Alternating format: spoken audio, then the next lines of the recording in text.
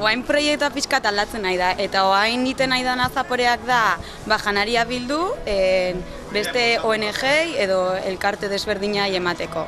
Eta ordu nahi gana egiten da diru bilketa eta janari bilketa. Eta nolatan sortu zen hemen partidu solidario hau jokatzeko ideia hau, o nondik? Pentsatzen Tolosa eta kontaktun jarriko ziala Zaporeakekokin, eta ideia sortuko zen zerbait lagundu egin nahiko zultela eta orduan entradan patu ordez edo, azkenen janarian truke eta diru laguntzan truke eta hola ingo dela, eta orduan pixkat hortik sortuko zela ideia diru hoi entrada patu darren laguntza ematea edo.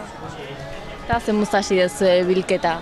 Oso ongi, jendea responditzen nahi da, bai janari aldetik, diru laguntzakin ere, arropak ere ekarri dira, eta dena da ongi etorrie.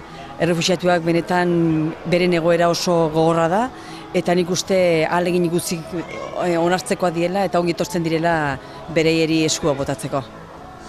Zer da gehien behar izaten duzuena?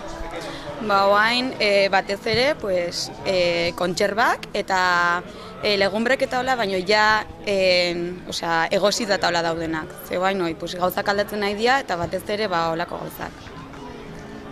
Eta gaurkon zeizatek gehien biltzen, jendeak zea da ekartzen? Arroza, lentejak eta pixkat pasta eta azkarritzen dien gauzek eta eguneroko gure bazkaritan dauden gauzak eta oso ondo da, azkaren latake bai desentek hartzen nahi dira, goen behar dianak eta eta orduan pozik. Tolosarrak solidariok aldie.